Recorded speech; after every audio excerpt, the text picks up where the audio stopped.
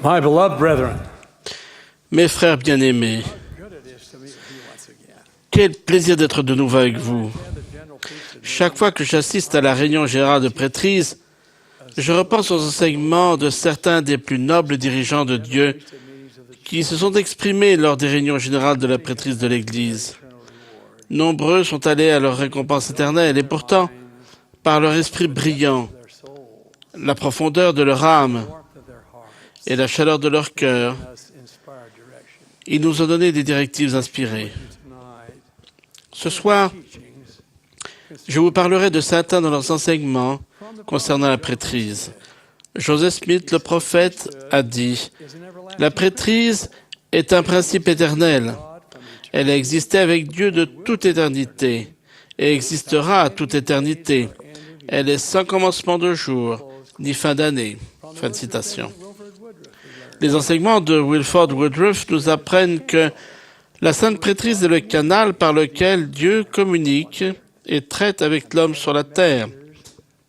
Et les messagers célestes qui ont visité la terre pour communiquer avec l'homme sont des hommes qui ont détenu et honoré la prêtrise, tandis qu'ils étaient dans la chair, et tout ce que Dieu a fait pour le salut de l'homme, depuis la venue de l'homme sur la terre jusqu'à la rédemption du monde, l'a été et le sera en vertu de la prêtrise éternelle. Fin de citation. Joseph Smith a ajouté « La prêtrise est la puissance de Dieu déléguée à l'homme, par laquelle celui-ci peut agir sur la terre pour le salut de la famille humaine, au nom du Père, du Fils et du Saint-Esprit, et agir légitimement, ne s'attribuant pas cette autorité ni l'empruntant à des générations qui sont mortes et enterrées, mais étant une autorité donnée en ces jours où nous vivons, par le ministère d'anges et l'Esprit d'en haut, envoyé de la présence du Dieu Tout-Puissant. » Fin de citation. Et pour finir, de John Taylor, qu'est-ce que la prêtrise? C'est le gouvernement de Dieu, que ce soit ici-bas ou dans les cieux, car c'est par ce pouvoir, ce moyen ou ce principe que tout y est maintenu et gouverné. Et c'est par ce pouvoir que toutes choses sont soutenues. Elle gouverne toutes choses, elle dirige toutes choses, elle soutient toutes choses, et elle est concernée par toutes les choses qui se rapportent à Dieu et à la vérité. Comme nous sommes bénis d'être ici en ces derniers jours avec la prêtrise de Dieu sur terre. Quel honneur de détenir cette prêtrise. La prêtrise n'est pas tant un don que la mission de servir, la bénédiction d'édifier et la possibilité de faire du bien aux autres. Ces possibilités s'accompagnent de responsabilités et de devoirs. J'aime et je chéris le noble mot « devoir » et tout ce qu'il implique. Dans une fonction ou une autre, dans un contexte ou un autre, cela fait 72 ans que j'assiste aux réunions de la prêtrise, depuis que j'ai été ordonné diacre à l'âge de 12 ans. Assurément, le temps passe. Le devoir suit à la même cadence. Le devoir ne s'estompe pas ni ne diminue. Les conflits catastrophiques vont et viennent, mais la guerre, dont le jeu est l'âme des hommes, continue inexorablement. La parole du Seigneur sonne comme une trompette à vos oreilles, aux miennes, et à celles de tous les détenteurs de la prêtrise de partout. Je cite, « C'est pourquoi que chaque homme s'instruise en son devoir et apprenne à remplir l'office auquel il est désigné, et ce, en toute diligence. » L'appel du devoir a été adressé à Adam, Noé, Abraham, Moïse, Samuel, David. Il est adressé à Joseph Smith, le prophète, et à chacun de ses successeurs. L'appel du devoir a été adressé au jeune Néphi quand le Seigneur lui a commandé, par l'intermédiaire de son père Léhi, de retourner à Jérusalem avec ses frères afin d'obtenir les plaques d'airain de Laban. Les frères de Néphi ont murmuré en disant que ce qui était exigé d'eux était dur. Quelle était la réponse de Néphi? Il a dit, je cite, « J'irai et je ferai la chose que le Seigneur a commandée, car je sais que le Seigneur ne donne pas de commandement aux enfants des hommes sans leur préparer la voie pour qu'ils puissent accomplir ce qu'il leur commande. » Quand ce même appel nous parviendra, à vous et moi, quelle sera notre réaction? Est-ce que nous murmurerons comme l'amant et Lemuel et dirons que ce qui est exigé de nous est dur? Ou est-ce que chacun de nous dira comme Néphi, « J'irai et je ferai » Serons-nous disposés à servir et à obéir? Parfois, la sagesse de Dieu paraît une folie ou juste trop difficile. Mais la plus grande leçon que nous puissions apprendre dans la condition mortelle, c'est que lorsque Dieu commande et que nous obéissons, nous avons toujours raison. Quand je pense au mot « devoir » et comment le fait de l'accomplir enrichit notre vie et celle d'autrui, je repense à ce qu'un poète et écrivain célèbre a écrit. « Je dormais et je rêvais que la vie, c'est la joie. Je me suis éveillé et j'ai vu que la vie, c'est le devoir. J'ai agi et voici, le devoir, c'est la joie. » Robert Louis Stevenson l'a dit d'une autre façon, je cite, « Je sais ce qu'est le plaisir, car j'ai fait du bon travail. » En accomplissant notre devoir et en exerçant notre prêtrise, nous trouverons la vraie joie. Nous connaîtrons la satisfaction du travail accompli. On nous a enseigné les devoirs spécifiques de la prêtrise que nous détenons, que ce soit la prêtrise d'Aaron ou la prêtrise de Melchizedek. Je vous exhorte à réfléchir à ces devoirs, puis à faire tout ce qui est en votre pouvoir pour les accomplir. Pour cela, nous devons tous être dignes. Ayons des mains prêtes, des mains nettes, des mains bien disposées, afin de participer à donner à ce que notre Père Céleste voudrait que d'autres reçoivent de lui. Si nous ne sommes pas dignes, il est possible de perdre le pouvoir de la prêtrise. Et si nous le perdons, nous aurons perdu l'essence de l'exaltation. Soyons dignes d'œuvrer. Harold Bailey, l'un des grands pédagogues de l'Église, a dit « Quand quelqu'un devient détenteur de la prêtrise, il agit pour le Seigneur. Il doit se considérer comme étant en mission pour lui. » Pendant la Deuxième Guerre mondiale, au début de l'année 1944, des marines de l'armée américaine ont eu une expérience impliquant la prêtrise, alors qu'ils étaient en train de prendre l'atoll de Kwajalein, dans les îles Marshall, dans l'océan Pacifique, à mi-chemin entre l'Australie et Hawaï. Ce qui s'est alors passé a été rapporté par un correspondant, non membre de l'Église, qui travaillait pour un journal à Hawaï. Dans l'article de 1944 qu'il a écrit après l'expérience, il a expliqué que d'autres correspondants et lui étaient dans la seconde vague d'assaut, derrière les marines sur l'atoll de Kwajalein. Pendant leur progression, ils avaient remarqué un jeune militaire qui flottait sur le ventre, à l'évidence grièvement blessé.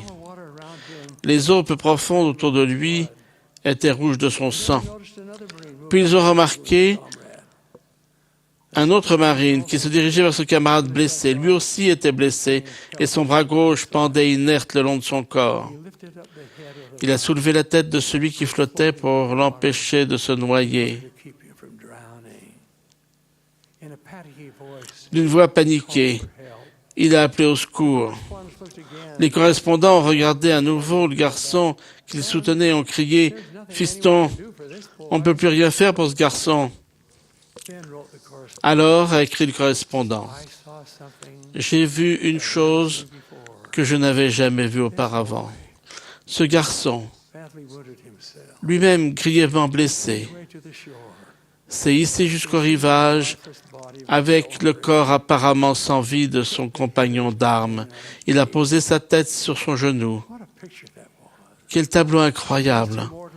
2 jeunes garçons mortellement blessés, tous deux, des jeunes gens purs et merveilleux, même dans cette situation de désespoir. Et le garçon a incliné la tête au-dessus de celle de l'autre et a dit, « Je te commande, au nom de Jésus-Christ, et par le pouvoir de la prêtrise, de rester en vie jusqu'à ce que je trouve une aide médicale. » Fin de citation. Le correspondant a terminé son article en disant, je cite, « Nous sommes tous trois, les 2 marines et moi, ici à l'hôpital. Les médecins ne savent pas comment ils s'en sont sortis vivants, mais moi, je le sais. » Des miracles se trouvent partout où l'on comprend la prêtrise, où on l'honore et utilise bien son pouvoir et où l'on exerce la foi. Quand la foi remplace le doute, quand le service désintéressé élimine les efforts égoïstes, le pouvoir de Dieu réalise ses desseins. L'appel du devoir peut nous parvenir discrètement dans l'exécution des tâches que nous recevons comme détenteurs de la prêtrise. George Albert Smith, ce dirigeant discret mais efficace, a déclaré, je cite, « Votre premier devoir est d'apprendre la volonté du Seigneur, puis, par le pouvoir et la force de votre sainte prêtrise, de magnifier votre appel en présence de vos semblables, afin qu'ils vous suivent de bon cœur. » Fin de citation. Un appel au devoir de ce genre, beaucoup moins spectaculaire, mais qui a quand même permis de sauver une âme, s'est présenté à moi en 1950, alors que je venais d'être appelé comme évêque. En tant qu'évêque, mes responsabilités nombreuses et variées, et je faisais de mon mieux pour faire tout ce qui était attendu de moi. Les États-Unis étaient alors engagés dans une autre guerre. Comme beaucoup de nos membres étaient dans les forces armées, le siège de l'Église nous a donné la tâche à tous les évêques d'offrir à chaque militaire un abonnement au Church News et à l'Improvement Era, des publications d'Église de l'époque. De plus, il a été demandé à chaque évêque d'écrire personnellement, tous les mois, une lettre à chacun des militaires de sa paroisse. Nous avions 23 hommes sur les drapeaux. Les collages de prêtrise ont fait l'effort de réunir les fonds nécessaires pour les abonnements. Je me suis attelé à la tâche, au devoir même, d'écrire 23 lettres personnelles chaque mois. Après toutes ces années, j'ai encore des copies d'un grand nombre de mes lettres et des réponses que j'ai reçues. Les larmes me viennent vite aux yeux quand je les relis. C'est une joie de redécouvrir l'engagement d'un soldat à vivre l'Évangile, la décision d'un marin de tenir ses promesses envers sa famille. Un soir, j'ai tendu à une sœur de la paroisse la pile des 23 lettres du mois. Elle avait la tâche de les poster et de tenir à jour les adresses qui changeaient constamment. Elle a jeté un coup d'œil à l'une des enveloppes et en souriant a dit « Frère, vous ne vous découragez jamais? Encore une lettre pour frère Bryson. C'est la 17e que vous lui envoyez sans réponse. » J'ai répondu « Eh bien, peut-être c'est ce mois-ci. » Et il s'est avéré que c'était le bon mois. Pour la première fois, il a répondu à ma lettre. Sa réponse est inoubliable, un trésor. Il était basé dans une région lointaine, isolée, avec le mal du pays, seul. Il a écrit « Cher évêque, je ne suis pas doué pour écrire des lettres. J'aurais déjà pu le lui dire quelques mois plus tôt. » Plus loin, il écrit « Merci pour le Church News et les magazines, mais par-dessus tout, merci pour vos lettres personnelles. Une nouvelle page s'est tournée pour moi. J'ai été ordonné prêtre dans la prêtrise d'Aaron. Mon cœur déborde. Je suis un homme heureux. » Fin de citation. Frère Bryson ne pouvait être plus heureux que son évêque. J'avais appris l'application pratique de l'adage « Fais ton devoir, c'est le mieux. Laisse le reste à Dieu. » Des années plus tard, tandis que je visitais le puits de Cottonwood, Salt Lake City, dont James C. Faust était le président, j'ai raconté cette histoire dans le but d'encourager les membres à être attentifs à nos militaires. Après la réunion, un beau jeune homme s'est avancé. Il a mis ma main dans la sienne et a demandé « Frère Monson, vous souvenez-vous de moi ?» J'ai soudain compris qui il était. Je me suis exclamé « Frère Bryson, comment allez-vous? Que faites-vous dans l'église ?» Avec une chaleur et une fierté évidente, il a répondu « Je vais bien. Je suis dans la présidence de mon collège d'anciens. Merci encore de vous être soucié de moi et pour l'aide personnelle que vous m'avez envoyée et que je chéris. » Fin de citation. Frères, le monde a besoin de notre aide. Faisons-nous tout ce que nous devons? Nous souvenons-nous des paroles de John Taylor? Si vous ne magnifiez pas vos appels, Dieu vous tiendra pour responsable des gens que vous auriez pu sauver si vous aviez fait votre devoir. Fin de citation. Il y a des pas à fermir, des mains à saisir, des esprits à encourager, des cœurs à inspirer et des âmes à sauver. Les bénédictions de l'éternité vous attendent. Vous avez la bénédiction d'être non pas des spectateurs, mais des acteurs sur la scène du service de la prêtrise. Écoutons le rappel et mouvement que l'on trouve dans l'épître de Jacques. Mettez en pratique la parole et ne vous bornez pas à l'écouter en vous trompant vous-même par de faux raisonnements. Apprenons notre devoir et réfléchissons-y. Soyons désireux et dignes de servir. Ce faisant, suivons les traces du Maître. En marchant sur le chemin parcouru par Jésus, nous découvrirons, vous et moi, qu'il est plus que l'enfant de Bethléem, plus que le fils du charpentier, plus que le plus grand pédagogue qui ait jamais vécu.